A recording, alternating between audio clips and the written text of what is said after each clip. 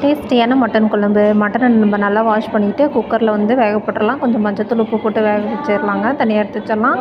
அதுக்கப்புறமா மசாலா, எண்ணெய், கொஞ்சம் பச்சைக்கடலை பருப்பு, 1 ஸ்பூன் மட்டும் அரிசி போட்டு, கொத்தமல்லி, குண்டு கொத்தமல்லி போட்டுக்கோங்க.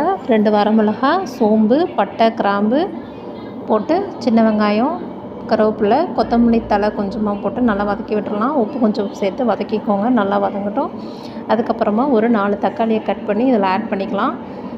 ஆட் பண்ணிவிட்டு மசாலா சேர்த்துக்கலாம். இதுலேயே மட்டன் மசாலாவும், கறி மசாலாவும், வீட்டில் அரைச்சி வச்ச மிளகாத்தூளும், கரம் மசாலா கொஞ்சமாகவும் போட்டு நம்ம நல்லா வதக்கிட்டு, அதுக்கப்புறம் லாஸ்ட்டாக தேங்காய் போட்டு ஒரு வதக்கிட்டு அதை அரைச்சி வச்சுக்கலாம். அதுக்கப்புறம் குக்கரில் வந்து கறி வெந்திருக்கு. அந்த மசாலாவை நம்ம ஆட் பண்ணி தேவையான அளவு தண்ணி ஊற்றி குழம்பு நம்ம ரெடி பண்ணிக்கலாங்க. அது நல்லா கொதி வரட்டும். அதுக்கப்புறம் கடாயில் எண்ணெய் ஊற்றி கடுகு, பச்சைக்கடலை பருப்பு, 4 பச்சை மிளகா, கருவேப்பிலை, 1 வெங்காயம், 1 தக்காளி போட்டு நல்லா வதக்கி விட்டுட்டு, அதுக்கப்புறமா குழம்புல இருந்த மட்டனை நம்ம ஃபில்ட்ரு பண்ணி அதில் சேர்த்துக்கலாம்.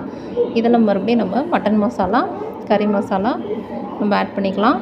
காரத்துக்கு ஏற்ற மாதிரி நீங்கள் மசாலாவை ஆட் பண்ணிக்கோங்க. டேஸ்ட்டு பார்த்துட்டு உப்பு நீங்கள் ஆட் பண்ணிக்கோங்க. அவ்வளோதான், மட்டன் வந்து ரெடி ஆகிடுச்சிங்க. சூப்பராக ரெடி ஆகிடுச்சு.